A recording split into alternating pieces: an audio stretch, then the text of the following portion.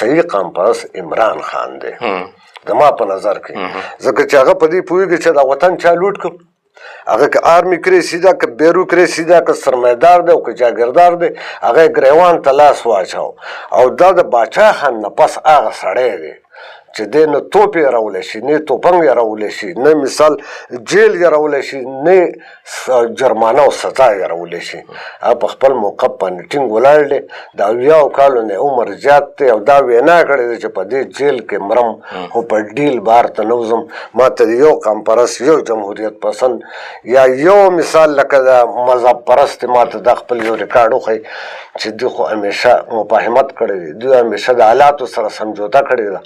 او دوی د سیاست په نامه باندې تجارت کړی دی او ما ته دا یو سړی داسې ښکارېږي چې دا د کردار پاک دی دی چې څه وایي په هغې باندې عمل کوي تنقیدي صاحب دا یو خبره ته زه لږ په وضاحت باندې تاسو ته تپوس نه دی کړی خو زه به وکړم قصه په دې کې د څو پورې چې د ده تخته پاستر شوې نه وه دا سړی عمران خان او د پارټي دا خلک وایي چې یاره د پوجي د ګوتې نیولی خو زه یم چې پوجي په اوږه کېنولی او ګرځاوې عمران خان یې په اوږه نه و کېنولی ښه عمران خان لګېدلی پوجي په اوږه کېنولی د پوجي په وینا باندې تمامې پالیسۍ مخې ته روانې وي د جرنیل په وینا د سرمایدار او د جاګیردار په وینا باندې دا روانې وي خو کله چې دی په دې خبره باندې پوه شو چې د قام اصل د دې غربت د تباهۍ د رسوایۍ ذمهوار چې دی دغه هم دغه یو څو جرنیلان دي دغه ججان دي چې د هغې نارواو ته مثال قانوني جواز پیدا کړي دغه سرمایدار او جاګیردار دي چې په اسمبلو کې ناست دي د ممبرانو د سینیټرانو په شکل کې او هغې ته په عین کې مثال لار برابروي او په دغه لوټ تالان کې ورسره شریک دي نو چې دغه سړی راوګرځېد نو بیا د میخ په شان ودرېد د پولادو د ستنې په شان ودرېد او په دې ولس کې کم شعور تنقیدي صاحب ستاسو سیاست سره یو اوږده سابقه پاتې شوې ده آیا د پاکستان ولس بیا عام ولس بیا عام پښتون ولس دا څیز پیژانده چې آی ایم ایف څه شی دی دا څیز یې پیژانده چې الیکشن کمیشن څه شی دی دا یې پیژانده چې فارم 4547 څه شی دی په دې باندې پوهېده چې عدالت چې هغه په څه بنیاد باندې فیصلې کوي په دې باندې چې د بیروکراسۍ څه پالیسي ده جرنیلان څومره دولت ګټي او هغه په کومو کومو ملکونو کې هغه خپل اساسي جوړه کړي دا کمال او دا شعور د چا دی دا د عمران خان دی زه یم چې دا احسان یې په دې ولس باندې کړی دی چې دا یې بیدار کړي دي او تنقیده صاحب موږ هغه قام یو چې موږ ته لکه غل په ګوته شي نو زموږ نه بیا د کټ لاندې هم نه خلاصېږي خو چې غل راته نه معلوم نو بیا هغه زموږ مال او دولت او څه څه لوټ کېږي موږ فقط د خدای تعالی نه ګیله کوو چې دا به زموږ په نصیب کې وه دا به خدای داسې لیکلی وه د عمران خان خلک بیدار کړ د په خلکو کې شعور پیدا کړ د بیا جدوجهد ته خلک تیار کړ د پکې همت پیدا کړ د قربانۍ جذبه ورکړه یو کمی شته اوس هم زه محسوس هم د پی ټي آی د یو ادنا کارکون په حیث باندې هغه دا چې لا دلته کې د سیاسي تعلیم کمی شته په دې پارټۍ کې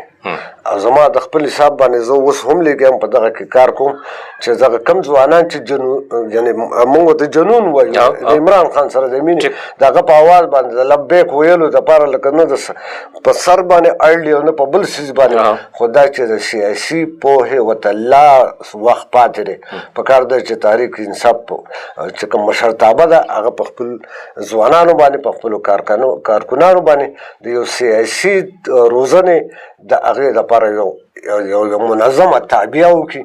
زه دا فکر کوم چې د پاکستان خپلواکي حقیقي خپلواکي تشه هغه خپلواکي نه چې د پاکستان په نوټ باندې د قائد اعظم تصویر پروت دی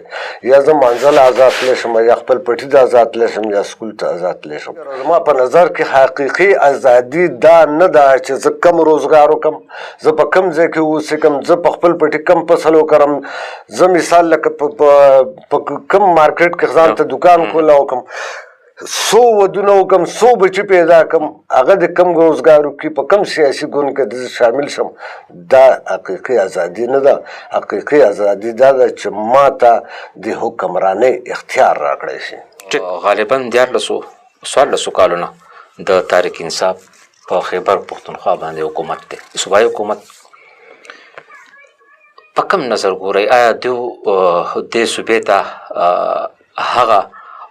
حقوق یا هغه خدمت وکړو کوم چې پکارو. تنقیدي صاحب اول به د خدمت تعریف کوي. خدمت څه ته وایي؟ خدمت کدی چې سکول یې کولاو کو، اسپتال یې کولاو کو، سړک یې کولاو کو. نو تاسو ته ښه پته ده چې دلته کې چې په پاکستان کې کومه منصوبه عملي کېږي هغه د ولس د ښېګړې لپاره کمه او د یو څو سرمایهدارو جاګیردارو په اکاونټ کې د پیسو او د بیلنس د اضافې لپاره زیات دی. دلته کې چې تاسو کوم انفراسټرکچر اینه چې یاره دا پلانکې پارټي جوړ کړه پلانکې پارټي جوړ کړه، آیا ما ته سیاسي شعور راکړی؟ نه. آیا زه په دې پوه کړی وم چې ستا اصل غل څوک دی؟ نه. ما ته که زما آمدن 100 روپیو په 100 کې 10 میلاوېده 10 اتیا بل په بډاکاو دغه 10 اتیا د حل ویلو ما له خو هېڅ ترقي نه تر څو پورې چې ما ته زما شعوري ترقي نه ده میلاو شوې، زما تهذیبي ترقي، زما سیاسي ترقي نه ده میلاو شوې. بل هره ترقي چې دا بې ځایه ده. او که دا کوم څیز ته تاسو ترقي مثال ورکوئ چې یاره پلانکي ځای کې اسپتال، پلانکي ځای کې کالج، پلانکي ځای کې پوهنتون، نو دغه کار خو انګریزانو ډېر ښه کاوه. هغې سړکونه ویسته، هغې ډیمونه جوړول، هغې نهري نظام ورکو، هغې اسلامیه کالج جوړو، هغې مثال لکه لیډي ریډینګ اسپتال جوړو. نو بیا خو له ټولو نه ترقیاتي کارونه هغو کول، بیا موږ هغه ولې زغلول. مطلب دا چې دغه کارونه بنیادي نه دي. کارونه دا دي چې زما د قام غل ماته وښیي. کارونه دا دي چې په ما کې سیاسي شعور پیدا کړي، ما تهذیبي طور مخې ته بوځي، ما په دروغجنو وعدو په دروغجنو پروپاګانډو کې هغه په تیارې کې ونه ساتي. بلکې که زه غریب یم، غریب ښیم خو چې سر مې شتمني، زما سترګې دې غړېدلي، زما خېټه دې وږي خو زما اروا دې مړی. که دغه کار په دې 6 کاله کې بل سیاسي ګوند کړی نو بیا خو ټیک د دې قام له ډېر لوی ترقي ورکړې ده. او که دغه کار لکه دا سړکونه او پلونه که پس که پی ټي اې نه جوړ کړي، خو دا کوم چې تهذیبي ترقي ورکړې ده دا زما په خیال باندې موږ ته په تېر 6 کاله کې نه وه ترلاسه شوې. د حمیدالرحمن همدرد صاحب سره د هغو په تعاون باندې د مشال ټي وي چې دا کوم کار شروع کړی دی دې ته په کوم نظر باندې ګورئ؟ زه خو اکثر د اردو یو متل کوم جنگل میں مور نه چاکیس نه دی. دا رسنۍ چې دي دا چې کوم دا یوټیوب دی او که هغه زموږ فیسبوک دی او که هغه زموږ نیټ دی هر څه چې دی دا الله تعالی په موږ باندې مهرباني کړې ده چې د ولس غږ یې د چارواکو غوږ ته ورسوو.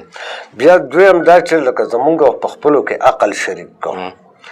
دریم دا چې موږ د ډېر څیزونو نه ناخبره وو یا ناخبره ساتلی کېدو، هغې دې موږ باخبره وساتلو. له دې خاطره زموږ په شعوري او تهذیبي ترقۍ کې له دې رسنیو یعنې له دې میډیا ډېر لوی لاس دی.